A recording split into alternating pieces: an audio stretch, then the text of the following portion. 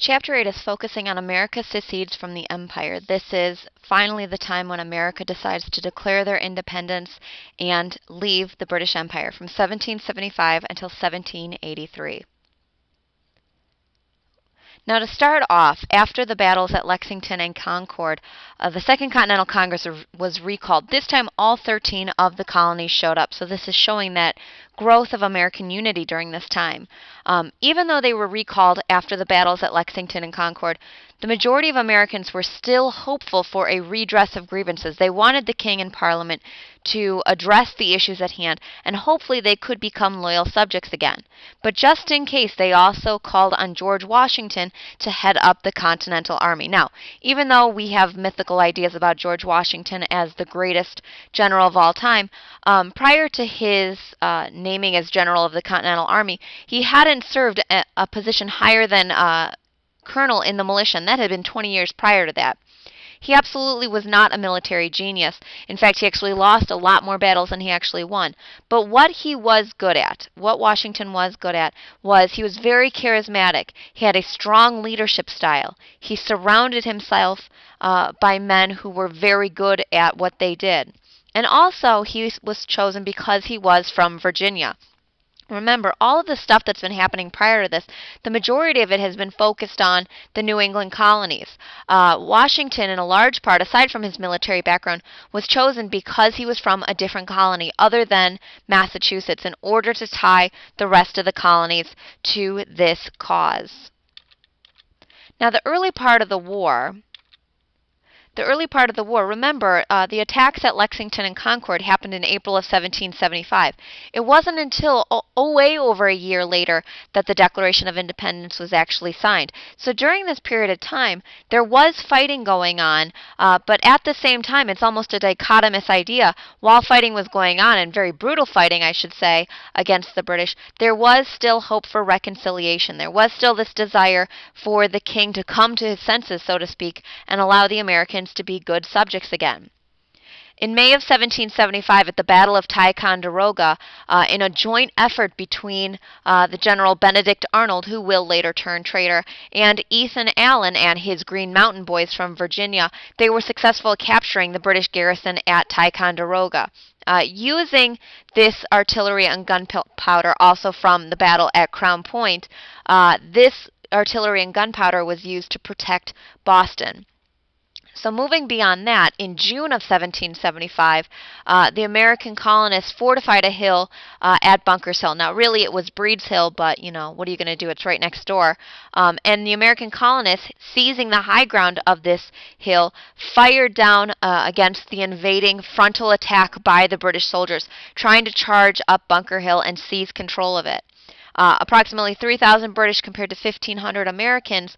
And even though the British claimed victory over the battle at Bunker Hill, the reality was this was a Pyrrhic victory, meaning they only won because the Americans ran out of gunpowder and had to retreat. So they were able to capture Bunker Hill, but only after sustaining heavy losses against the Americans.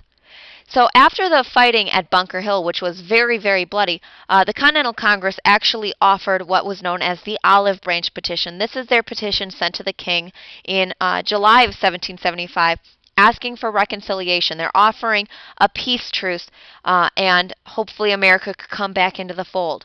The king at this time is so angry with this rebellion that he ignores the Olive Branch Petition, declares America in rebellion, and hired thousands of German mercenaries, or Hessians, to come and fight against the Americans. Now, even though the prospect of having hired soldiers is very daunting and very scary, the reality was these Hessians did not have as much of a stake in this war as British soldiers or American soldiers. So even though they were identified as being very ruthless and heartless, the reality was they could be bought off very easily by the Americans simply because it didn't matter whether they won or lost. They were still going to be paid by the British government.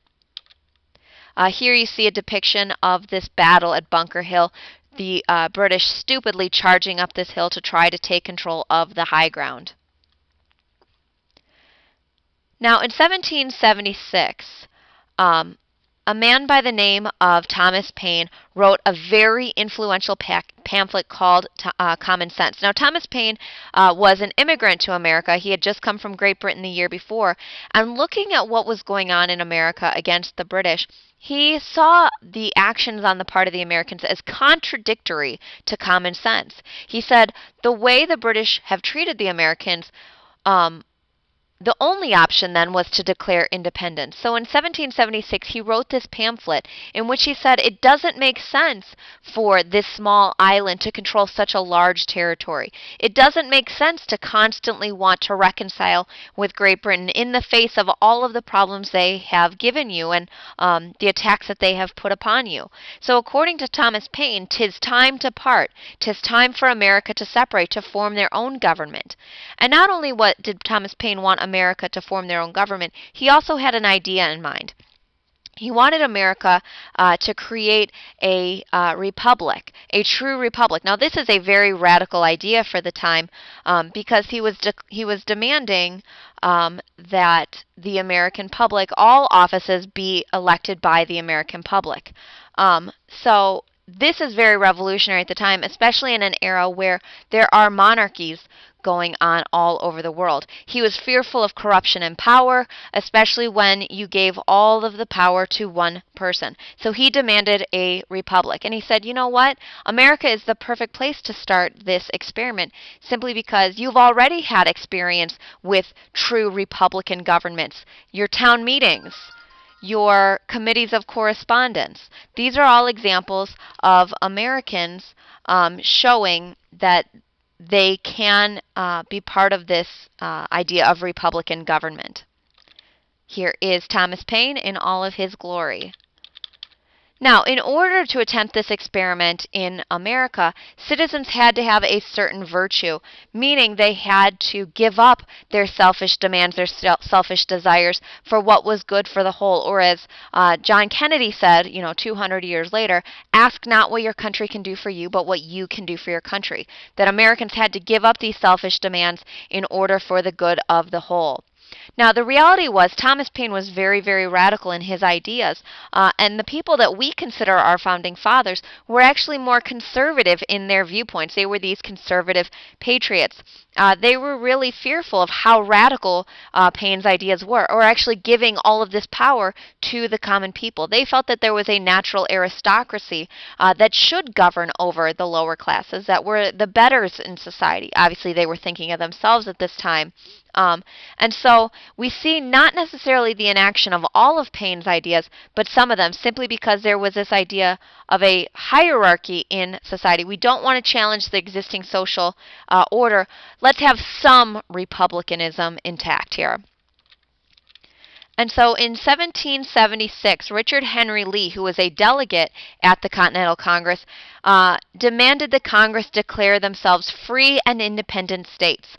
This motion actually carried on July 2nd, 1776.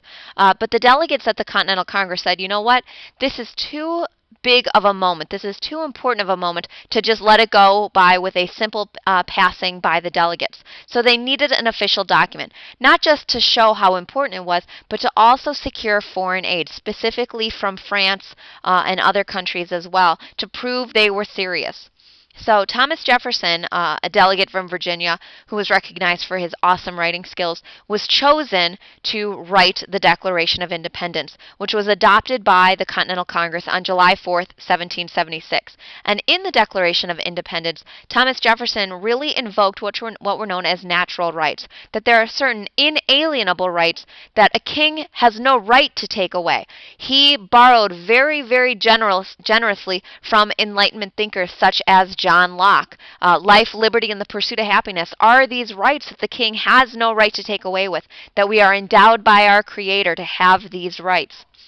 He also outlined all of the tyranny that King George III had instituted, all the taxes that had been instituted, the lack of a trial by jury, the fact that he had sent in mercenaries, he'd created hostility among the Native Americans, etc. So he not only said, you have violated our rights, but you have also done all X, Y, and Z to us that gives us justification for wanting to declare our independence. So this Declaration of Independence is obviously a very important document for America, but it's also an important document for other revolutions in the future. This would absolutely be an outline for future revolutions, such as in France, Latin America, and Vietnam. Here you see one artist rendering of the signing of the Declaration of Independence. The redhead in the middle is Thomas Jefferson. Here you see a copy, obviously housed at the National Archives in Washington, D.C., of that Declaration of Independence. So looking at who was a patriot and who was a loyalist. A loyalist at this time is obviously an American who sided with the British, also known as the Tories, based on that political party back in Great Britain. The American patriots, also known as the Whigs, after that political party back in Great Britain, opposed each other.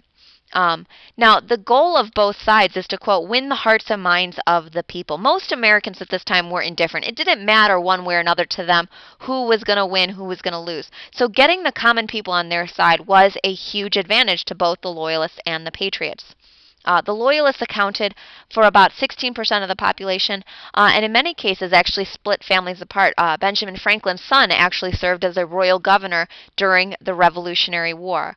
They tended to be educated, wealthier, older, and also obviously from the Anglican Church. They are obviously a lot more conservative than their Patriot counterparts, simply because they had a lot to lose if Great Britain lost this war.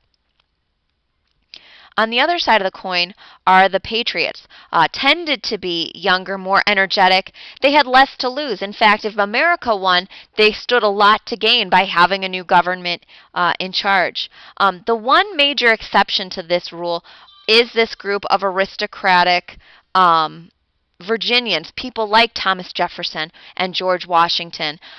They, on paper, should have sided with the Loyalists, basically, because they were wealthier people. However, they were they had a lot of debt, and so for that reason, among others, they sided with the Patriots. And obviously, New Englanders, Congregationalists, etc., who had already separated from the British Church, back during their founding.